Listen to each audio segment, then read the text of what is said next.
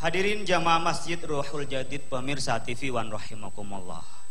Bicara soal regenerasi atau suksesi yang menjadi sunnatullah. Di antara kita banyak yang ingin yang meneruskan itu adalah anak kandungnya. Anak yang dilahirkan dari dirinya sendiri. Karena kita bangga kalau punya anak lebih dari kita sendiri. Tetapi ini tidak selamanya bisa terjadi.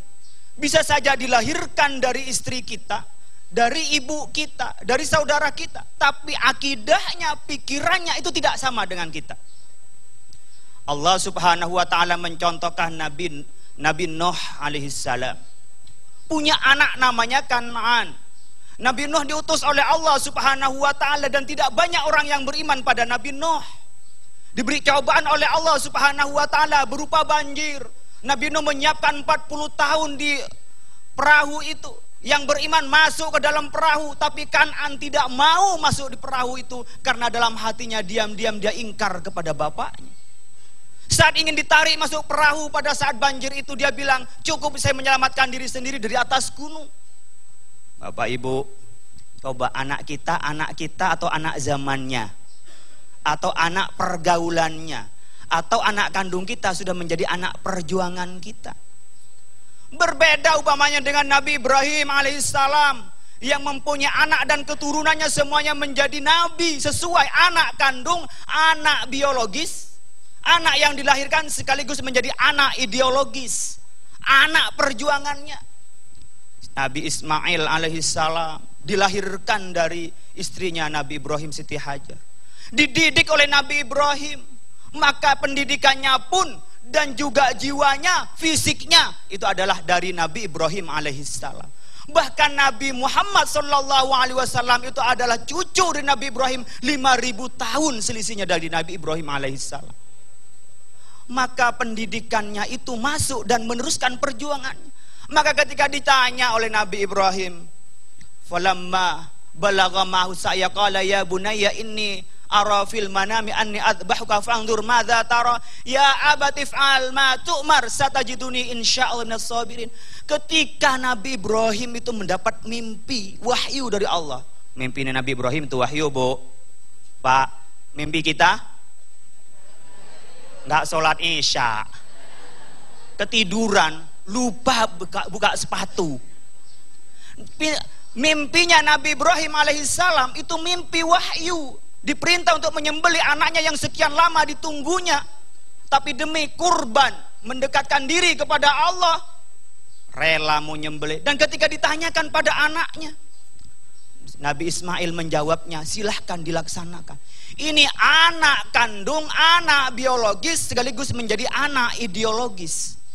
Anak kandungnya sekaligus menjadi anak didiknya. Ini ada orang yang bisa anaknya meneruskan perjuangan orang tuanya. Bisa juga tidak anak, bukan family, tetapi satu visi. Nabi Muhammad sallallahu alaihi wasallam tidak menurunkan kepada anaknya, tetapi kepada sahabatnya.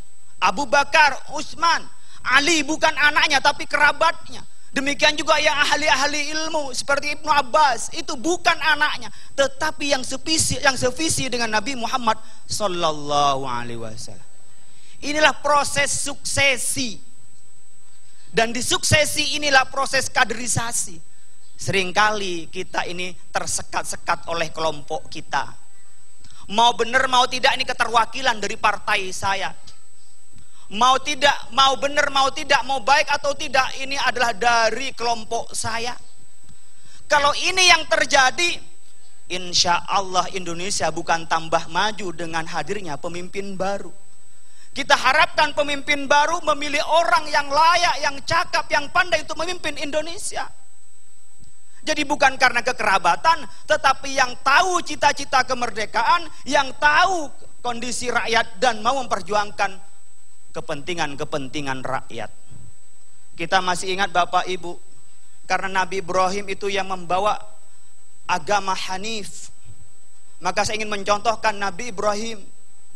Ketika Nabi Ibrahim itu oleh Allah dinobatkan sebagai imam. Wa idzibtala Ibrahim rabbuhu bikalimatin fa'atammahun. Ketika Nabi Ibrahim alaihissalam itu dicoba oleh Allah subhanahu wa ta'ala, fa'atamaun, semua diselesaikan dan semua dilalui dengan baik. Diuji dengan cara meninggalkan istrinya saat melahirkan Nabi Ismail. Dia disuruh berangkat, meninggalkan, ditinggalkan. Diperintahkan disuruh menyembelih, nyembelih. Disuruh berdakwah. Dengan seluruh percobaan-cobaan itu Nabi Ibrahim dilalui dengan baik. Qala inni ja'iluka linnasi imama. Qala wa min dzurriyyati. Qala la yanalu ahdi dzalimin. Ketika cobaan itu, keimanan itu dicoba Nabi Ibrahim alaihissalam. Nabi Ibrahim oleh Allah subhanahu wa ta'ala diberi anugerah berupa keimaman, berupa kepemimpinan. Biasa manusia, kalau saya dapat keturunan saya dapat, enggak ya Allah? Qala wa min dzurriyyati, Allah keturunan saya dapat juga. Allah mengatakan, qala la yanalu ahdiz zalimin. Iya, keturunanmu akan menjadi imam, akan jadi nabi, tapi bukan yang zalim, tetapi yang adil. Silahkan bicara kelompoknya, silahkan bicara partainya, silahkan bicara yang apapun, tetapi ia menyandang keadilan dan menyandang kemaslahatan.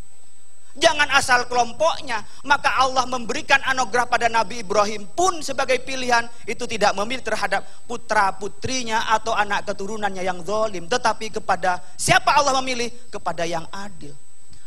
Oleh karena itu suksesi kepemimpinan itu maudhu'atun li khilafatin nubuwah al-imamah. Disampaikan tadi oleh Mas Agung, al-imamah itu maudhu'atun li khilafatin nubuwah. Untuk apa? Lihirasatid din wa siyasatid dunya. Untuk meneruskan misi kenabian. Untuk apa? Memelihara, menjaga agama dan mengatur dunia. Itu katanya Al-Mawardi dalam kitab Al-Ahkam As-Sultaniyah. Kalau Imam Al-Ghazali mengatakan la nizama bid-dini illa binizamid dunya. Tidak mungkin ada keteraturan di dalam beragama tanpa ada keteraturan dunia ini. Di sini kita ingin menyampaikan bahwa imamah itu tidak berarti khilafah dalam arti teritori, tapi kepemimpinan. Jadi kalau ada yang mengatakan Indonesia bukan negara Islam, saya ingin tahu negara Islam yang kayak apa. Karena masyarakat Islam semua bisa melaksanakan ajaran Islam, maka pemimpinnya Pak Jokowi dan Pak Yusuf Kala membawa khilafatin nubuwah, membawa misi kenabian. Disinilah harus dijamin lihirasatid din, di dalam menjaga agama. Agama mana? Agama apapun berhak untuk hidup di Indonesia ini, tetapi jangan menyinggung perasaan umat yang beragama lainnya. Kebebasan kita, silahkan melakukan kebebasan, tetapi jangan mengganggu kebebasan orang lain. Hurriyatus syahsi mahdudatun bihurriyatil ghairi. Kebebasan seseorang itu juga dibatasi dengan kebebasan orang lain. Oleh karena itu ketika membawa misi kenabian, seperti apa misi kenabian? Misi kenabian itu kita bisa lihat ketika Nabi menjadi pemimpin, semua bisa hidup tenang, semua dijamin keamanannya, semua dipersilahkan untuk menjalankan ajaran agamanya, tetapi jangan sampai ada pengkhianatan di dalamnya. Disinilah tujuan kepemimpinan. Maka kalau dilantik presiden baru, wakil presiden baru, suksesi ini harus menjawab terhadap misi kenabian di dalam menjaga agama dan membuat dunia Indonesia ini menjadi teratur. Masya Allah, pemirsa yang dirahmati Allah, itulah tadi agama ini, Al-Quran tidak secara tegas bahwa seorang pemimpin haruslah dengan garis nasab yang sama, tetapi dengan visi yang sama, yaitu visi keimanan. Itu pun terjadi pada masa Rasulullah. Sebelum wafat, Rasulullah tidak pernah tegas memilih salah satu dari beberapa sahabat-sahabatnya. Nah, lantas bagaimanakah sesungguhnya perspektif visi daripada suksesi di dalam Islam? Kita harus memilih dengan metodologi seperti apa? Itu yang akan kita bahas pada segmentasi selanjutnya. Damai Indonesiaku.